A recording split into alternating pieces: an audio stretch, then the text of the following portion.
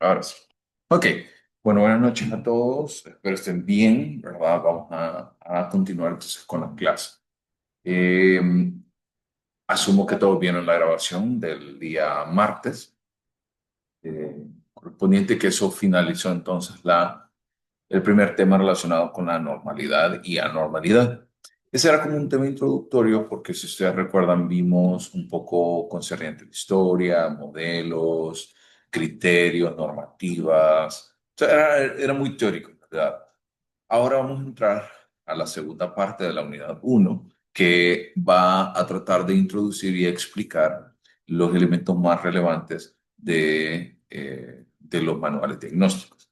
Hoy vamos a empezar con el capítulo uno de un libro en específico que yo les voy a hacer, voy a compartir también el PDF para que ustedes lo tengan, que va a hablar acerca de la introducción de los modelos diagnósticos y demás. Para efectos de la clase, recuerden siempre corregir sus nombres. Porque yo veo que hay un número por ahí o un nombre que dice Samsung y te voy a pasar lista y no tengo un estudiante que yo sepa todavía que se llame Samsung. O sea, hagas correcciones, por favor.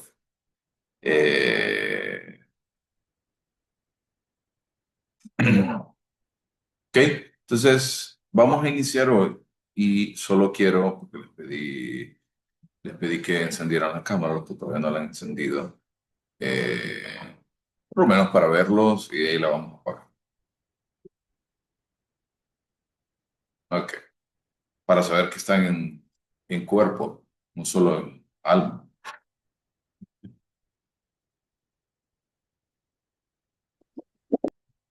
Ok, y si tienen situación por ahí, me lo pueden estar sobre. Ok, ok. Con respecto por cierto, también. Estoy diciendo. Está bien, no hay problema. Con respecto a la entrega del libro del DCM, ya le voy a escribir a Rubén de nuevo para ver esta semana, entonces, eh, qué día se lo va a entregar. Al final había ganado el lunes, ¿no?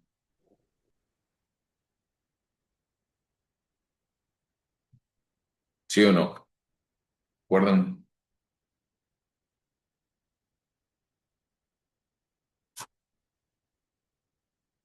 ¿Le pasa que andan tan callados, preocupados, están con sueño? ¿Qué? O pasa. Eh, Más caídos del usual. licenciado, bueno, el lunes tiene 8 votos. Supongo que eso cuenta como mayoría. Sí, sí, ¿verdad? Sí, solo 10 votaron Sí, igual, solo y 10 8 creo que tienen eran el los que uno. iban a tener. Ok, ok, perfecto.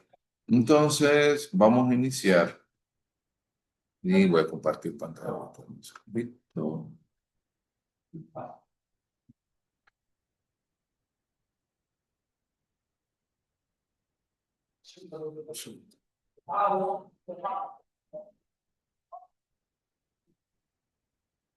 Ok.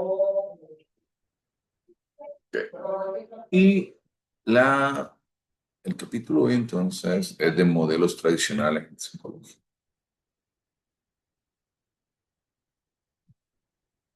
Ok, y como lo vimos la vez pasada, entonces ahora sí ya podemos apagar. Ok, muy bien. Entonces, vamos a hablar acerca de los modelos tradicionales en psicopatología. Vamos a ver algunas partes de repente de la clase que ya vimos anteriormente, por lo cual lo voy a saltar, ¿no? En este sentido. Pero lo más importante que vamos a empezar a ver es como la distinción de estos componentes, de qué es psicopatología, cómo se evalúa, cuáles son los criterios, porque ahorita hablamos de normalidad y anormalidad y vimos la historia. Ahora vamos a entender de la psicopatología, cómo llegamos a conclusiones, qué es lo que nos buscamos, etc. Entonces, lo primero que vamos a entender es la definición de la psicopatología. Y esta es una rama de la psicología que se dedica directamente a analizar las enfermedades o trastornos mentales, su origen, su curso y posible evolución. En este sentido, vamos a ver que hay algunas enfermedades o trastornos mentales que van entonces a tener una causa, como les decía, como el trastorno traumático, que es muy recurrente, es muy frecuente, pero hay otras que de repente su causa no es tan evidente. Vamos a enfocarnos también en la rama de psicopatología que a estudiar entonces los comportamientos de cada individuo. Y recuerden que cuando nosotros hablamos de anormal, ya dedicamos 2 clases completas a hablar de qué es anormal o normal en ese sentido. Entonces, anormal en el sentido de que va a generar un displacer o va a causar algún tipo de dificultad en esta persona. Y nos va a ayudar entonces a clasificarlos, describirlos y cómo poder entonces prevenirlos y en algunos casos tratarlos. Lo que les decía, esa parte nosotros ya la habíamos visto. Hipócrates, ¿verdad? Había hecho como esta primera clasificación con ¿cómo se llama lo que hizo Hipócrates? ¿Se acuerdan la teoría?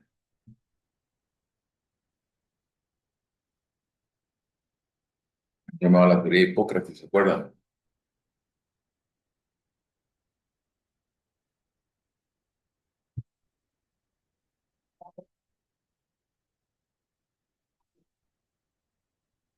Yo creo que están cansados. Porque, o sea, Linda pues, puso por ahí teoría humoral, que la teoría de los humores que los dividía, colérico, sanguíneo, flemático, ¿verdad? Y todos estos elementos. Etcétera. Entonces, en este primer elemento, ¿verdad? Se empieza a agregar esta parte de qué es lo que nosotros queremos hacer, etcétera, etcétera, a nivel de Hipócrates. Y de ahí, en siglo XX, habíamos visto incluso en la grabación que les envié, que Emil Kraepelin, que es uno de los autores más relevantes en el desarrollo de los sistemas de clasificación, es en esta etapa que empieza a cobrar mucho mayor relevancia. Adicionalmente, vamos a empezar a ver algunos conceptos básicos. Entonces, vamos a entender, ¿verdad?, de que entre lo que es normal o anormal tiende a ser muy subjetivo. Esto en primer lugar porque va a depender de un montón de factores. Ya vimos los factores sociales, vimos los factores culturales, los factores o los modelos estadísticos. Entonces, entender esa parte. Sin embargo, sí es necesario investigar la etiología y este es un concepto que yo quiero que ustedes vayan ya adquiriendo. Por etiología vamos a entender por qué causa entonces este tipo de trastorno mental, su diagnóstico y su tratamiento. Sobre todo también vamos a empezar a enfocarnos, en el caso de nosotros como personas, como profesionales de la salud mental, nos vamos a empezar a enfocar en los aspectos biológicos de la enfermedad mental. Y cuando nosotros hablamos de estos factores biológicos, vamos a entender de que son elementos de signos y síntomas. ¿Ustedes saben cuál es la diferencia entre un signo y un síntoma? ¿O qué es? Empecemos de ahí. ¿Qué es un signo y qué es un síntoma?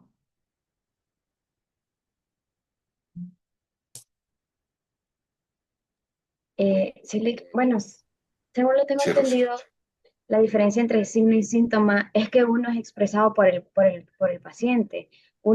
El paciente lo comunica y eso lo tomamos como síntoma, creo. Y signo es aquel que nosotros observamos, el que él no lo dice, pero nosotros lo podemos ver según su comportamiento o las diferentes actitudes que puede tener el paciente. Sí, incluso por ahí está bastante bien esa idea. Agregaría yo, quizás en el caso de cuando nosotros hablamos de signos, tienden a ser factores muy objetivos, como por ejemplo, su pulso o su ritmo cardíaco es un signo, ¿no? Porque hay un instrumento de evaluación y ese instrumento de evaluación, pues usted lo puede emplear y le va a arrojar un resultado y a partir de ese resultado usted puede decir si anda la presión alta o si la anda normal o si la anda baja, etcétera. ¿Quiere decir de qué? en este sentido es muy objetivo. Por otra parte, los síntomas tienden a ser muy subjetivos. Por ejemplo, si yo les digo que me duele la cabeza, ¿cómo pueden saber ustedes cuánto me duele la cabeza? ¿Ustedes creen que haya como una escala de medición que diga, no, si el dolor de cabeza está, eh, el dolor de cabeza está súper fuerte? ¿Qué creen ustedes?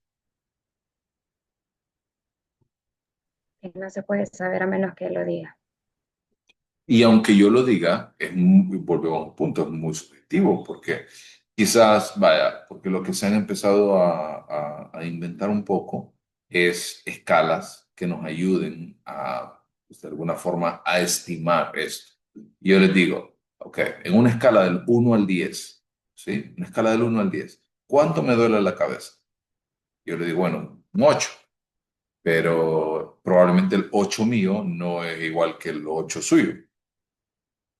¿Me van entendiendo en este sentido las diferencias entre un signo y un síntoma? Por ejemplo, un signo, por ejemplo, se hizo una medición de glucosa, ¿ok? Y la medición de glucosa se la hizo por medio de un glucómetro y le arrojó un resultado y a partir de eso usted pudo obtener el dato real de en cuánto tiene la glucosa, La temperatura del ¿sí? cuerpo. Temperatura, perfecto, ya me van entendiendo. Temperatura, puede ser también algunos otros factores como el peso, por ejemplo. Ustedes, si yo lo subo a una balanza y peso, ustedes pueden darme un dato exacto en ese sentido. Eh, por ahí Linda me ha escrito, uno se ve físicamente, el otro es interno. Sí, generalmente es más difícil de estimar en este sentido. También otro factor que va a cambiar mucho entre un signo y un síntoma es en general, el síntoma no tiene un instrumento de medición.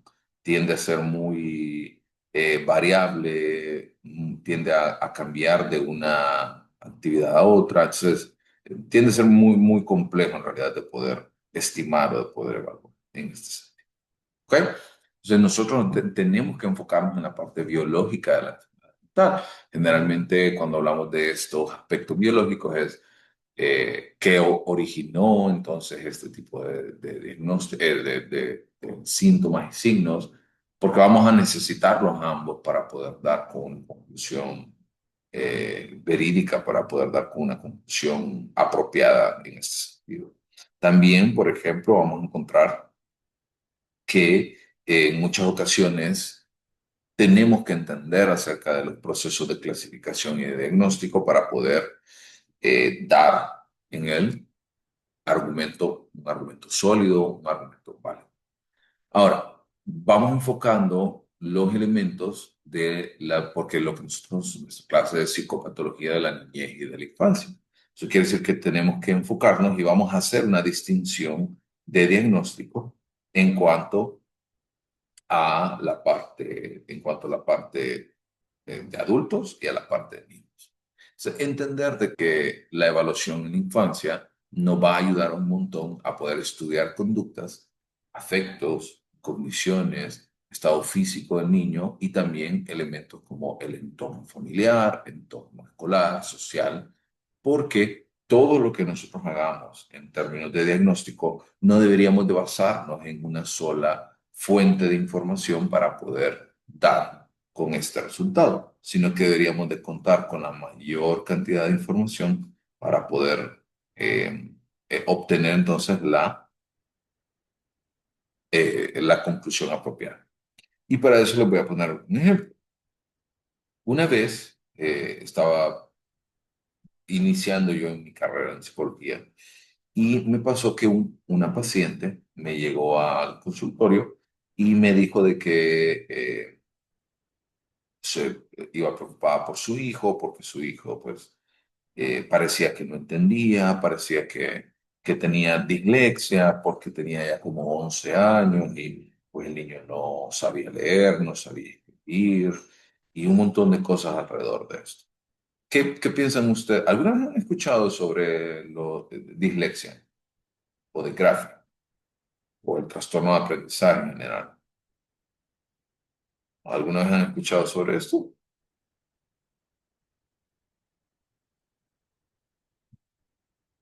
Sí, es cuando un niño o una persona tiende a confundir las letras o las palabras de algún contenido.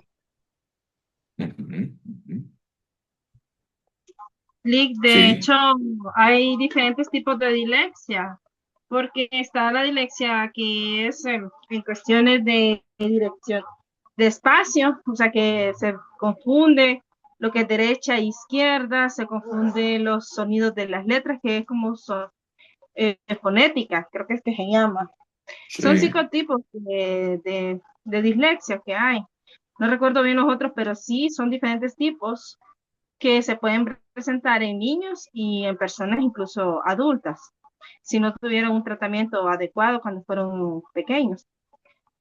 Reina le dio a un componente bien importante ahí. Y voy a destacar dos comentarios ahí. Uno, sí, en realidad que los trastornos, y Marta también por ahí hizo el comentario relacionado con el tema de que la dislexia tiende a ser como un factor bien predominante en la adquisición del aprendizaje.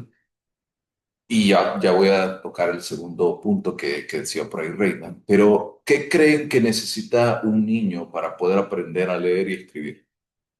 ¿Qué es lo más importante para esto?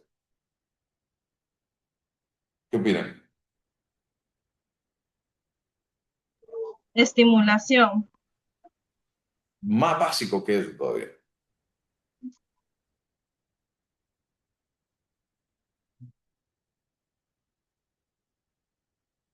Más básico. A ver qué ponen en el chat. Estimular, que le hablen más básico que eso. Para leer y escribir. Porque estamos hablando de un factor de adquisición. Su familia, Ecuador, la ganas de querer hacerlo, sí, más, todavía más. Aunque ustedes y yo no creo que tuvieran la ganas de ir a la escuela, pero aprendieron. ¿Qué sería lo más básico para que un niño aprenda a leer y escribir?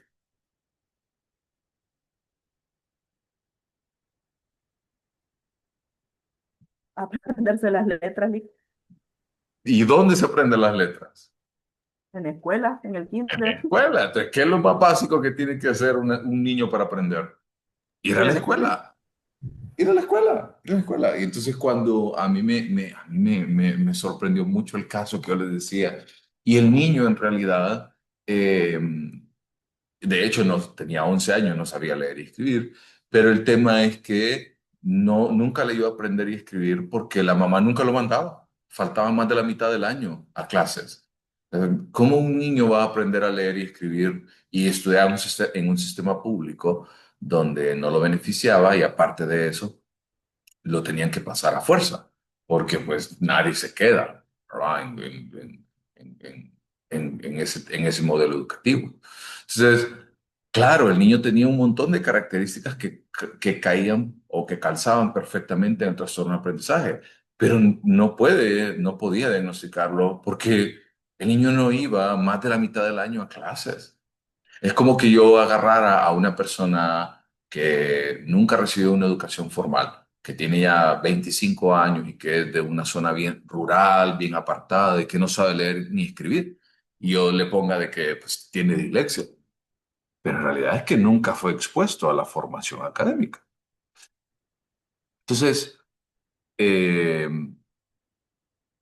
es bien importante que nosotros vayamos entendiendo estos componentes, porque no solo vamos a llegar a la conclusión a través de, de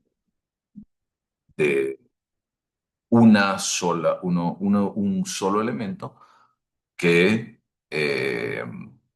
nos permita a nosotros llegar a una solución mágica. En realidad no ocurre así el diagnóstico. Tenemos que prestar atención a un montón de detalles. Y la parte que decía por ahí, Reina, de repente distinguir a algunas personas que al inicio, por ejemplo, en la clase anterior que estábamos teniendo de ética, por ahí alguien puso que le llamó la atención mucho entrar a la carrera de psicología porque había visto un montón de series de asesinos seriales. ¿Alguien ha visto alguna de estas series de asesinos seriales famosos? Como que ya les fui dejando la tarea, no se me vayan haciendo, ya les dejé que fueran a ver las de Jeffrey Dahmer, las de Ted Bundy, las de John Wayne Gacy. ¿Quién ha visto una serie así de ese tipo? Sí, que las haya dejado, wow, que quiera hablar conmigo.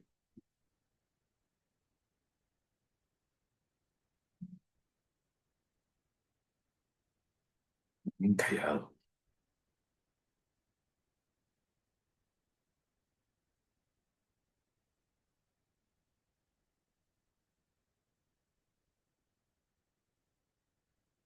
Entonces, pues, bueno, también callado. Yo creo que como que no quieren hablar. Entonces, voy a ver, bueno, me pusieron por ahí. Y, la de Frida, la vi.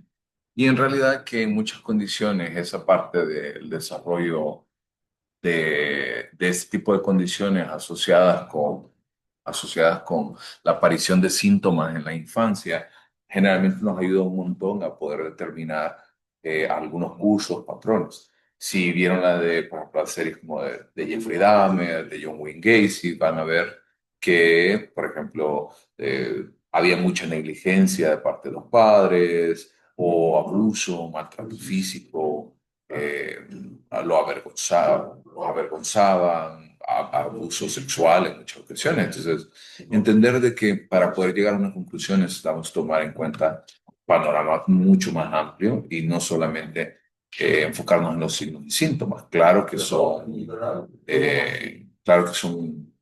muy importantes, pero también tenemos que tomar en consideración la panorámica. Por ahí en Saldívar hay una nueva, La Huésped, muy buena. ¿En qué plataforma? Vamos a verla. Ok.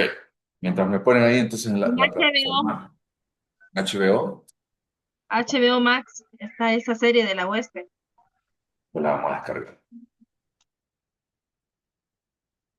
Entonces, cuando nosotros vemos el proceso de evaluación, tenemos que entender lo que hablábamos, no solamente para llegar a la conclusión diagnóstica, eh, vamos a ver que tenemos que, eh, tenemos que ir comprendiendo que uno, necesitamos elementos de entrevista. La entrevista ustedes obviamente lo van a llevar esto en clase de entrevista psicológica, van a ver esto también en las clases de evaluación y medición, porque también las observaciones que nosotros hacemos, los autoinformes y también las aplicaciones de otras pruebas nos van a ayudar a generar un proceso de evaluación y de diagnóstico. Entonces, en este sentido, es muy importante que prestemos atención a todas las fuentes de información que podemos tener. También tenemos que comprender que la clasificación nos sirve a nosotros para poder estandarizar el lenguaje, ¿sí? La idea es que todos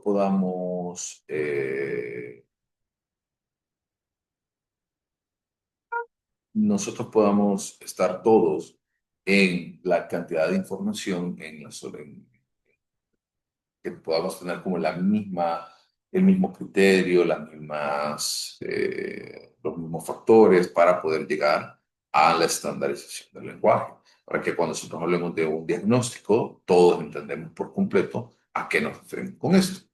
También una gran ventaja de los sistemas diagnósticos es que nos va a permitir la comunicación entre profesionales y no solamente entre profesionales de la salud mental, sino también con otros profesionales que de repente no son tan formados en esta parte, entiéndase que no son psiquiatras y psicólogos, sino que son, por ejemplo, trabajadores sociales, que son enfermeros, médicos generales o especialistas, o todos los individuos que pueden estar de alguna forma incorporados en este ámbito. También algunas de las virtudes también de un sistema de clasificación es que permite que sea datos comprensivos, que sea aceptable, ¿verdad? Por las personas que lo usan, que sea claro, que sea evidente, que no deje dudas en realidad con respecto al diagnóstico. También vamos a empezar a distinguir que existen dos sistemas de clasificación. ¿verdad? Que vamos a observar. Sobre todo nosotros vamos a utilizar este primer,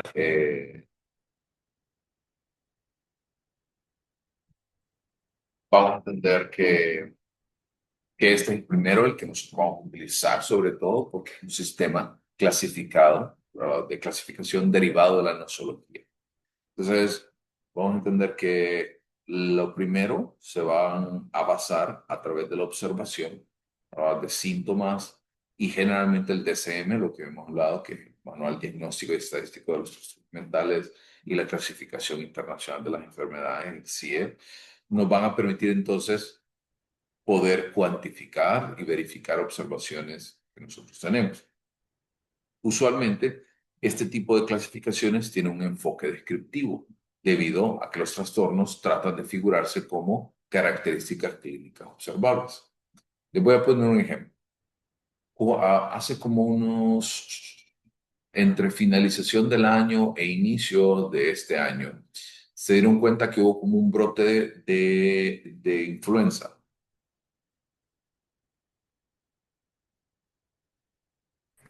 Sí, Lee. ¿Y, Sí, y cómo podemos distinguir la influenza? O sea, ¿qué es la influenza?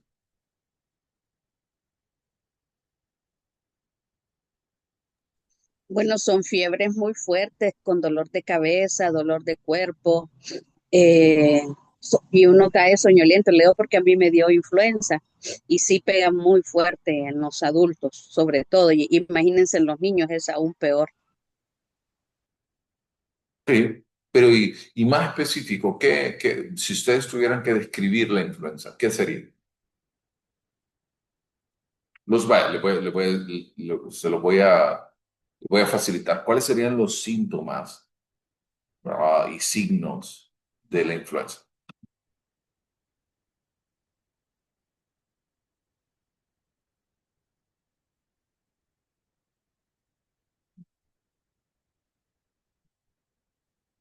Es que es ¿Por una qué no? infección viral, pero para saber si es influenza, si es dengue, si es COVID, hay que hacerse un examen de sangre. Ujú. Ok, por ejemplo, ahorita Fernando en el chat puso, es una enfermedad respiratoria, perdón, influenza gripe es una afección respiratoria viral altamente contagiosa de la nariz, garganta y pulmones. Una enfermedad respiratoria leve, ya que los síntomas son gripe, dolor de cabeza. Entonces, a ese punto voy. Uno, los elementos o los síntomas, o sea, con esto es dolor de cabeza, gripe, fiebres, dolores musculares, dolor de articulación, ¿sí? Y si a eso nosotros le sumamos la cantidad de días que generalmente para el diagnóstico va entre 2 a 3 días, más el examen, lo que decía por ahí Marta, el examen de sangre. No me acuerdo si, yo creo que en el caso de la influenza también se hace un hisopado nasal para poder distinguir porque hay tipos de influenza. Una vez que nosotros juntamos los signos, los síntomas, la duración, y a eso le sumamos las pruebas que se aplican, nos va a permitir entonces llegar a la conclusión de que es influenza tipo A, o es influenza tipo B, o es dengue, o es X, Y, Z, ¿no? Porque ustedes ven en este sentido, entonces ese es el modelo médico que nos va a permitir llegar a una conclusión a través de un formato descriptivo. Así va a aplicar también para los trastornos mentales, porque y esto es muy frecuente en ámbito a nivel mundial, ¿verdad? En general, que no comprendemos completamente un fenómeno y tratamos de como juntar las partes, las piezas.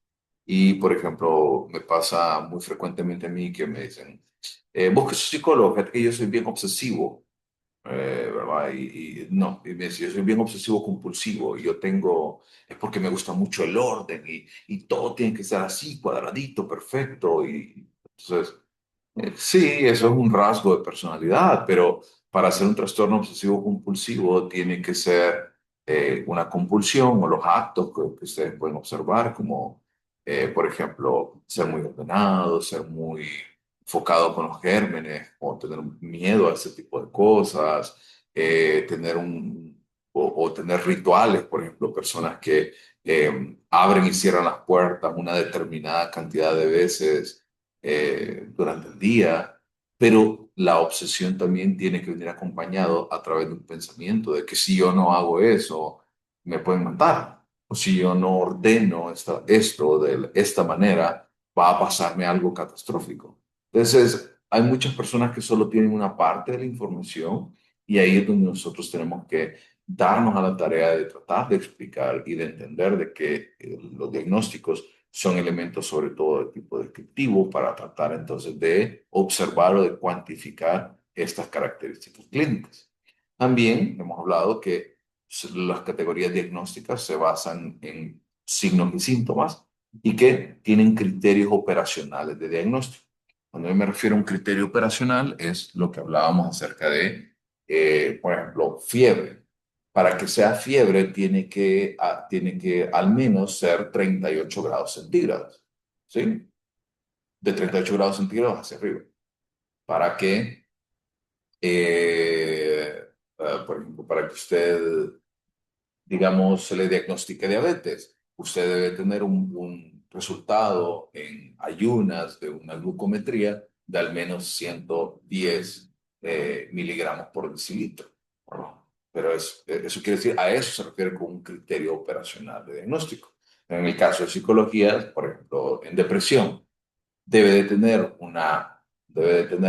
para que entre en el criterio de trastorno depresivo mayor, debe de tener al menos durante 2 semanas 5 síntomas de los 9, que lo vamos a ver más adelante, pero que generalmente va a estar asociado con un estado de ánimo triste, irritabilidad, agresividad, pérdida o alteraciones en el apetito, alteraciones en el sueño, ideas suicidas, entre otras cosas. Entonces, si ustedes ven, a eso se refiere un criterio operacional, de que tiene un signo y un síntoma que tiene que cumplirse a través de esos elementos expuestos para cada trastorno.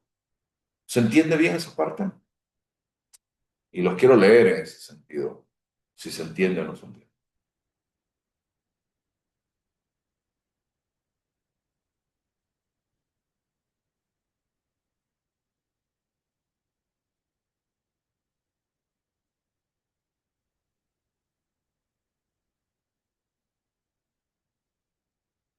A ver, solo 2 personas me han contestado, son 3. No sé, que están durmiendo, que sí, sí, sí. Ok. Perdón. Ok. Y finalmente, a ver. Sí, sí, sí, sí, sí. Gracias. Ok, gracias. Ok. Volvemos entonces a este elemento. Una categoría, entonces, esta clasificación, ¿verdad? Va a tener diferentes categorías y esto va a estar basado sobre todo en el juicio del clínico y en la observación. También el otro sistema, ¿verdad? Porque este vamos a entrar más a fondo todavía y vamos a hablar mucho más acerca de esto, pero el otro sistema de clasificación es un sistema que no es tan utilizado en la actualidad, sino que el que más utilizamos es el de la nosología, que es el DSM y el CIE. Sin embargo, es interesante que ustedes lo vean porque tiende a dividirse en clasificaciones categoriales, dimensionales y evolutivas. Porque, por ejemplo, en el caso de Anna Freud, que fue una de las autoras más relevantes en cuanto a los elementos de desarrollo y de la perfilación infantil, entendía de que, por ejemplo, algunos elementos de la anormalidad o del trastorno podían entrar, uno, en las variaciones que pueden existir entre la normalidad, dos, que pueden ser síntomas transitorios a consecuencia de una etapa de desarrollo. Por ejemplo, puede ser que estemos asociados con una pérdida o con algo que esté pasando o sufriendo o viviendo entonces el niño. O, por ejemplo, también neurosis infantiles y de carácter, que es lo que les decía, tiende a ser más de tipo psicodinámico, no es tan utilizada en la actualidad. También algunos elementos de regresión. ¿Qué recuerdan por regresión? ¿Qué se les viene a la mente cuando hablamos de regresión?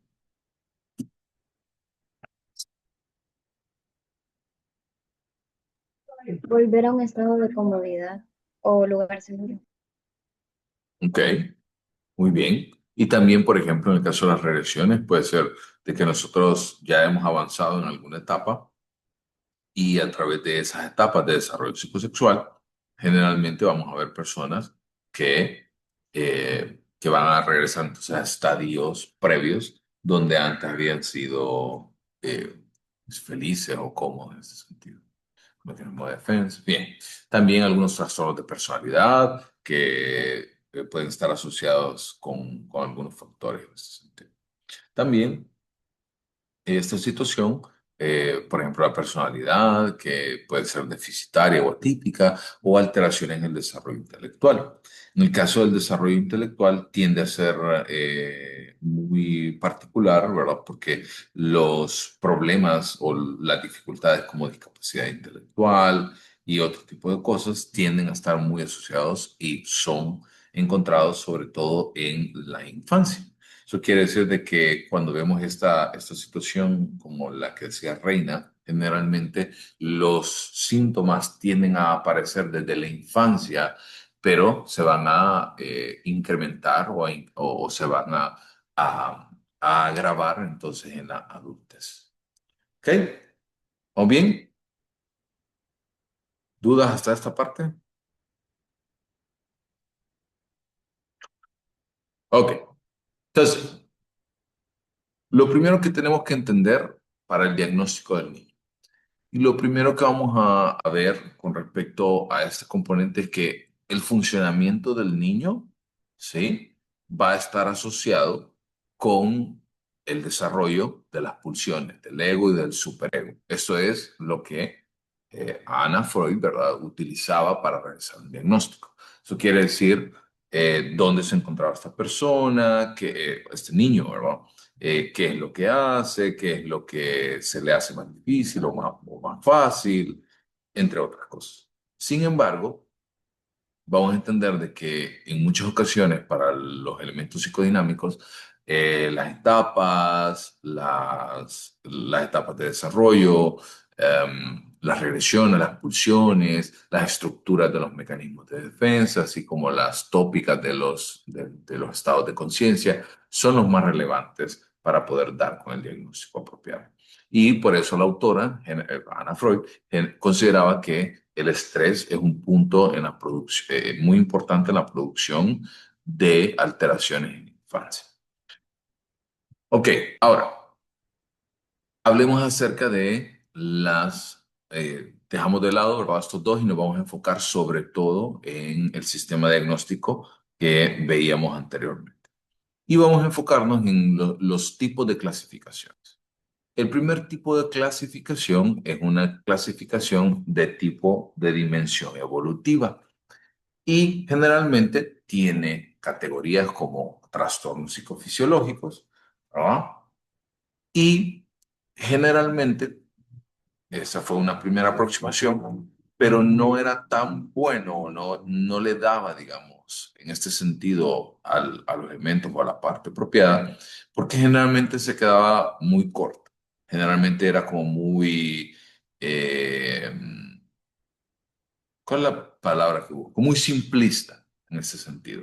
Entonces daba resultados muy pobres porque imagínense como el ejemplo que les puse del niño que me llevaron a la consulta y que cuando yo le pregunté a la mamá y me expuso todos los síntomas, linealmente pudimos haber llegado y decir, no, si el niño tiene un déficit de atención o tiene un diagnóstico por ejemplo, de trastorno de aprendizaje o de dislexia o algo así, pero en realidad no era así. Pero eso lo pude ver y pude entender esta situación porque me basé en la parte 2 en realidad, que es la clasificación multiaxial. Cuando nosotros hablamos de multiaxial, lo vamos a dividir en dos partes, esa palabra.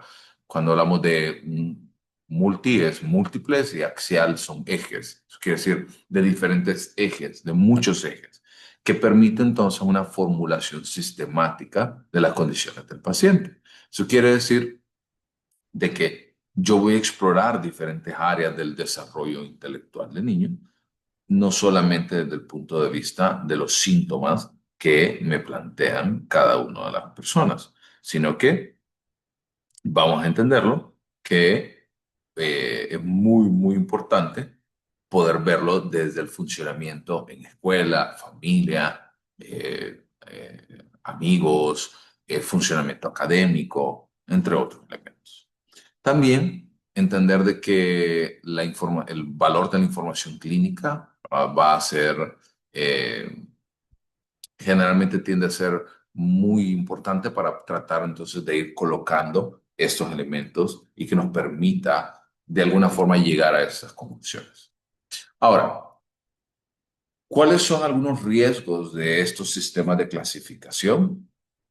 Y generalmente tienden, es lo primero que les decía y que cuando yo estudié también empecé a hacer, es que ustedes, cuando empiezan no ustedes, nosotros como profesionales de la psicología, cuando empezamos a ver eh, este tipo de situaciones alrededor de clasificaciones y demás y todo eso, casi siempre empezamos a sobreutilizarlo, ¿no? Empezamos a ver un montón de personas y empezamos a pensar y a ver y a comparar y decimos síntomas y queremos diagnosticar ahora a todo el mundo. Y entonces como que sacamos, ¿verdad? Y sobreutilizamos esta herramienta porque en realidad no es lo más apropiado verlo desde este punto de vista. También entender de que estas clasificaciones, ¿verdad? Que son categorías, no utilizarlas como una arma, sino que más bien son herramientas, ¿no? Otro riesgo de sobreutilizar las clasificaciones es que puede dar como resultado, ¿verdad? De que empezamos y que este es un verbo, a cosificar a los niños, ¿verdad? O empezar a verlos de una manera más, eh, como quitarles o despersonalizar a los niños, o al adulto en general. ¿Alguien de ustedes trabaja en el área de salud o ha tenido la oportunidad de estar en el área de salud, ya sea usted como paciente, en salud pública?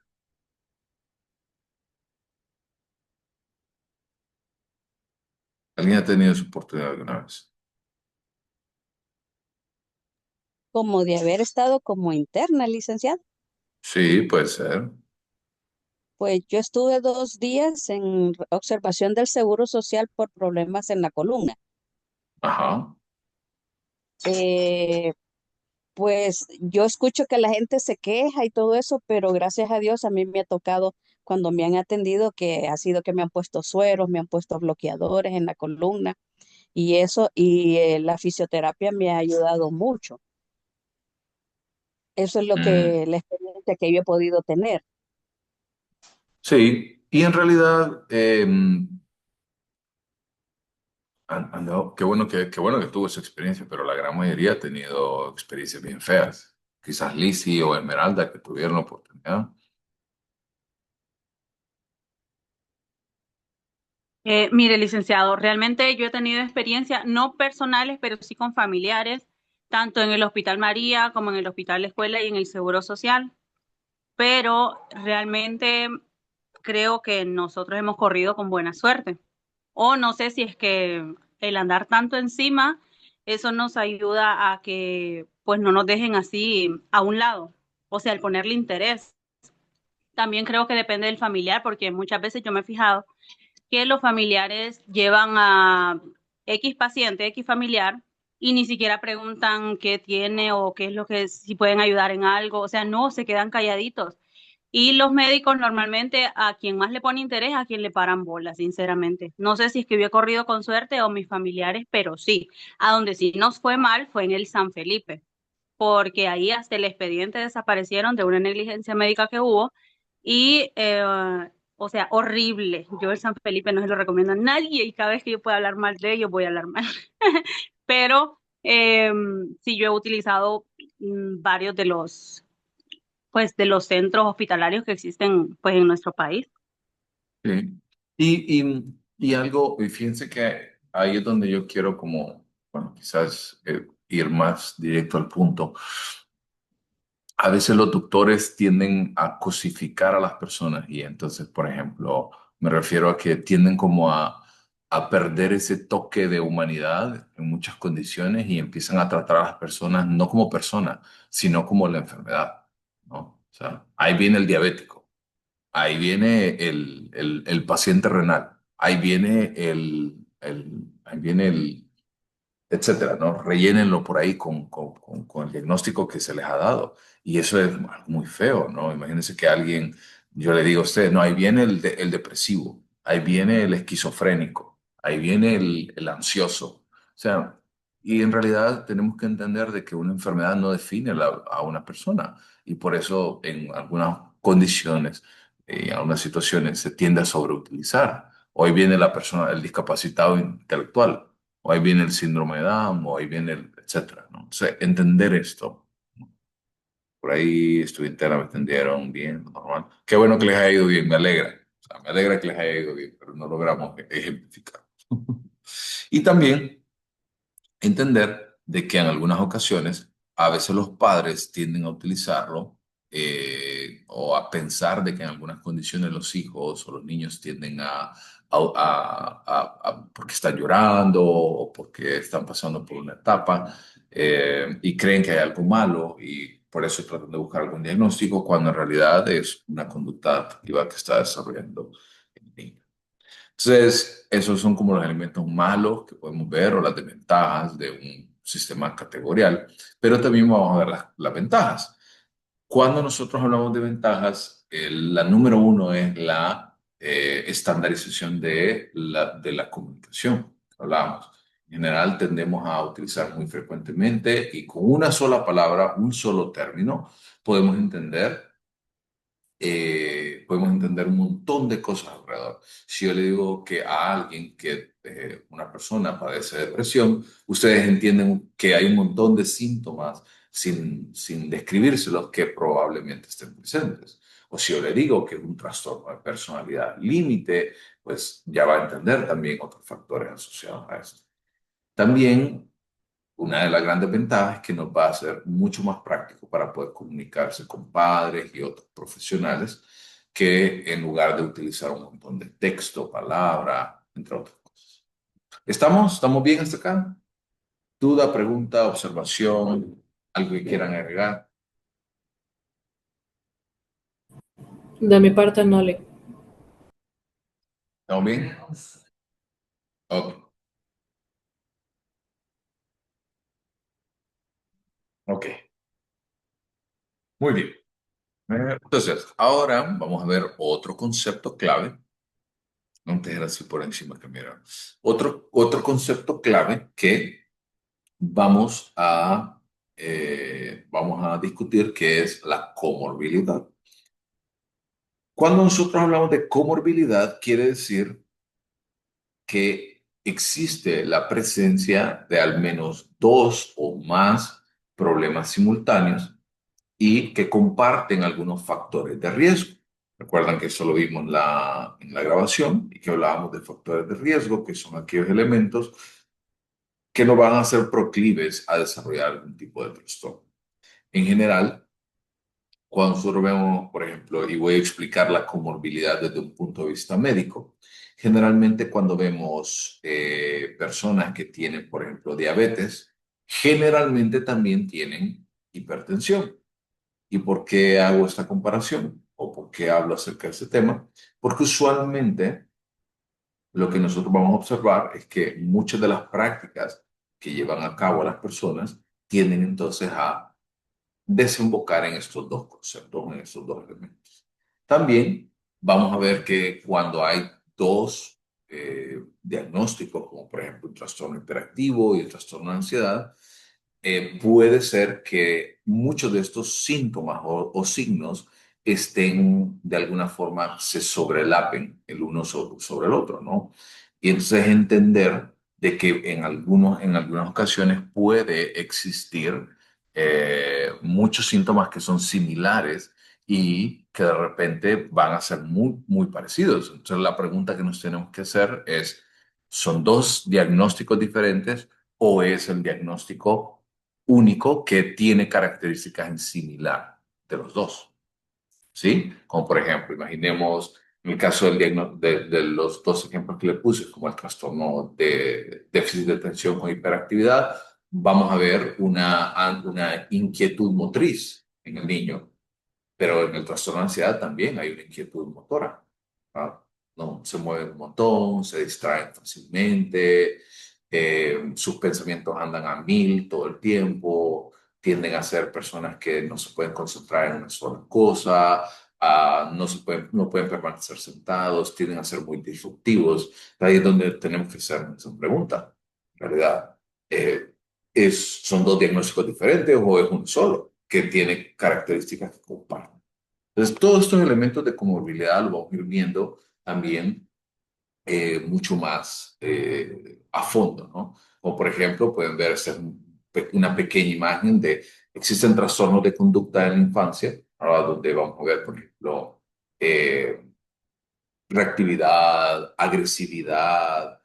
Vamos a ver, por ejemplo, donde puede utilizar palabras soeces, puede utilizarse no hacer caso a los adultos. Y todos estos elementos que yo les acabo de mencionar, por ejemplo, son muy similares con el trastorno negativista desafiante, con los trastornos depresivos, con los trastornos de ansiedad también, TDAH. Entonces, si ustedes ven la comorbilidad, se refiere a eso, de que puede tener ya sea o dos trastornos que genuinamente cumple con todos los criterios diagnósticos o con criterios diagnósticos para dos trastornos que son similares. Entonces, voy a introducir incluso ahora un concepto que es muy importante que se llama el diagnóstico diferencial. Eso lo vamos a ver ya cuando estemos directamente trabajando con manual, pero sobre todo nos va a ayudar a distinguir estos componentes. ¿Va bien? Entonces, algunos criterios que nosotros tenemos que tomar para poder evaluar es, uno, entender de que la psicopatología del niño hay que ir de abajo hacia arriba. ¿Y a qué nos referimos de abajo hacia arriba? Es cuál es la base de un niño. ¿Alguien de ustedes es mamá o papá o sí, mamá o papá? Le iba a decir tía, sobrino, no, pero mejor mamá o papá. Yo soy mamá de uno. Y en el caso, por ejemplo, de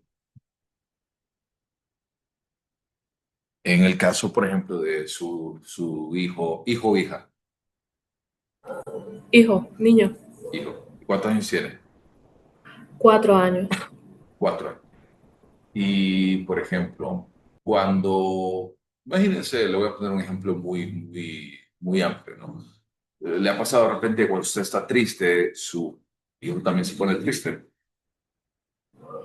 Fíjese que sí, bueno, normalmente lo he notado más con las películas. Cuando hay escenas así como que de triste, él se pone a llorar bastante y es como que llora todo el día. Cuando se acuerda, se pone a llorar y ella me dice que es por la película que estaba viendo. Es bien sensible en ese aspecto. Sí, incluso, por ejemplo, cuando nosotros vemos o hacemos estos elementos, tenemos que tomar en consideración la estructura alrededor de la persona. Por ejemplo, les voy a poner otro caso muy recurrente. Eh, Llega un niño al consultorio porque la mamá se estaba separando del papá y estaban teniendo pues un régimen de comunicación no el más, o no el más apropiado que digamos. O sea, no se hablaban, cuando se hablaban era para pelear, y si se peleaban generalmente era enfrente de los niños. ¿Qué empezó a pasar con los niños? Empezaron a tener problemas académicos, antes no los tenían, o empezaron a mostrar problemas de conducta en la escuela, se comportaban de X o Y manera y generalmente tenía un impacto en su rendimiento académico. Entonces, a eso me refiero con empezar a entender y a evaluar al niño de abajo hacia arriba, porque su base, ¿sí? Es los padres, los maestros, para poder ayudarnos a establecer un diagnóstico. Antes de que llegue, incluso el niño llegue donde nosotros, tenemos que pasar por los procesos de entrevista, evaluación, porque nosotros vamos a ver al niño en nuestro consultorio, no sé, probablemente unas 4, 5, 6 veces antes de poder llegar a un diagnóstico, pero lo vamos a ver 5 o 6 horas, o 6 o 7 horas, digamos, no mucho más. Y los padres de familia lo ven todo el tiempo, los maestros lo ven 6, 7, 8 horas al día durante los últimos 2 años, 3 años, 6 meses, no sé. Por lo cual, tenemos que entender en consideración que los padres y los maestros van a ser una pieza angular en el diagnóstico de los niños. Tenemos que incorporarlos en nuestro proceso de diagnóstico. ¿Ok? También entender de que en muchas ocasiones la causa o la etiología de los diagnósticos tiende a ser de manera multifactorial y en algunas ocasiones tenemos que tomar en consideración diferentes probabilidades para llegar al mismo síndrome. Por ejemplo, hay algunos, volviendo al ejemplo que les decía del niño, porque entonces me empezaron a decir de que el niño tenía muchas conductas que estaban asociadas con el trastorno negativista desafiante. En la escuela creían que era eso, que se comportaba mal porque quería llamar la atención, o porque quería, o porque ya era su naturaleza, que se negaba a todo, que no seguía instrucciones, que era malcriado, que utilizaba el humor negro muy frecuentemente, y en realidad no era así, en realidad era muy particular lo que esa persona hacía porque era una reacción ante esta situación que estaba viviendo en casa. También tenemos que pensar que las características psicológicas se deben obviamente a factores genéticos que ustedes ya han visto con clases, con procesos cognitivos y demás, y obviamente va a tener su propio funcionamiento. Sin embargo, vamos a entender de que aunque existe un componente biológico y genético, no siempre va a poder explicar todos los fenómenos en su totalidad. Eso quiere decir, porque un niño o porque un padre, por ejemplo, haya sido diagnosticado con dislexia, no garantiza que el hijo también va a ser diagnosticado con dislexia. Es importante reconocer, obviamente, la importancia de la parte genética y demás, pero no va a ser siempre una regla que va a pasar en estas situaciones. También vamos a hablar acerca de una de las ideas predominantes, ¿verdad? Que era este componente asociado con la explicación de muchos trastornos mentales a través de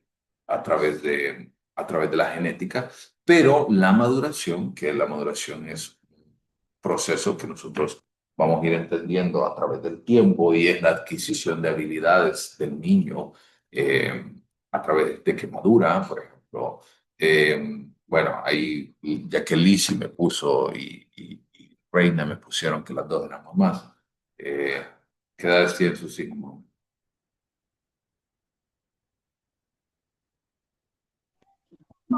Los niños tienen, la niña 11 años y el niño tiene 5 años que acaba de cumplir.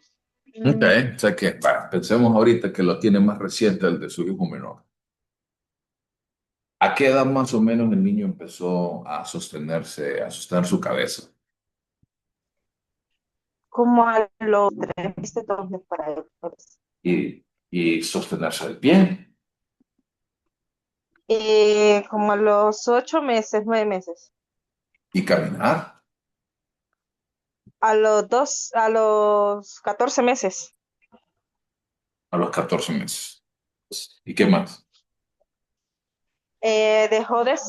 Dice que él tenía un problema bastante que él, no, él salivaba bastante y él dejó de salivar hasta que tuvo como 2 años más o menos,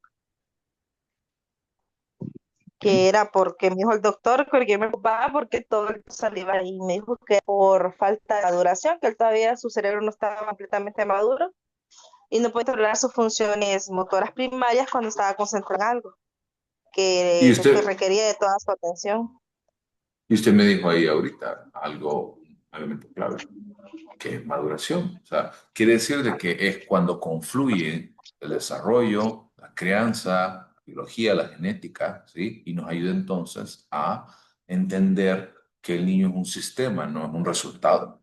Y por ejemplo, el niño, en el caso de su hijo, quizás estuvo un poco retrasado en cuanto a las demás personas, al resto al resto de los individuos, al resto de los niños de una edad similar, pero no quiere decir de que por eso es que ya no iba a poder hacerlo. Pero esto nos permite la maduración, entender que cognitivamente, eh, cognitivamente puede pasarnos que esta situación nos genere entonces algún tipo de inestabilidad. ¿Ok? Entonces, en general, ir entendiendo todos estos conceptos que voy armando, que vamos colocando dentro de la conversación, porque nos van a ayudar a tomar la mejor decisión diagnóstica. A ver, todavía me quedan como... Voy a terminar aquí. Yo creo que ya se me están durmiendo y ya vamos por la hora 10, por ahí les había dicho como menos como hora 30. Vamos a tomar la clase. Entonces, vamos a hablar también de que la maduración, ¿verdad? También vamos a entender de que hay algunos trastornos en la infancia que van a estar entonces o que tienen algún tipo todavía, digamos, pues, de estudio, ¿no? En este sentido.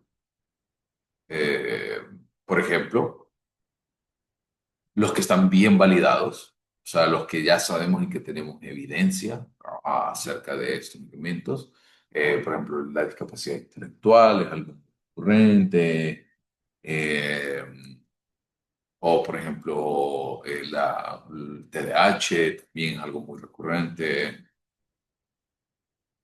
o por ejemplo, eh, puede pasar de que tengamos también algún tipo de información de que no tiene tanta evidencia y que necesita validarse.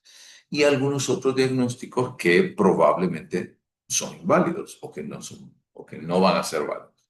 Por ejemplo, hay algunas personas que han empezado a utilizar síndromes o por ejemplo y esto se hizo muy recurrente en la pandemia probablemente, yo creo que todo el mundo ha escuchado sobre un montón de síndromes, como el síndrome del impostor, el síndrome del superhéroe, el síndrome del cuidador y un montón de otros síndromes. ¿Alguna vez los han escuchado? Sí, Sí, Y todos esos, por ejemplo, si ustedes los cuando ya tengan en su mano documento del DCM, se van a dar cuenta de que esos no existen en realidad, porque no son, o sea, no están en los manuales diagnósticos. Entonces, no es que usted le va a dar un diagnóstico a una persona sí, es que padece del síndrome el síndrome del impostor, porque en realidad no lo reconoce de esa forma los manuales. Sin embargo, sí es importante que tengamos esa oportunidad de hacer esta consideración y de plantearnos esos tres elementos. ¿Ok? ¿Dudas, preguntas, consultas?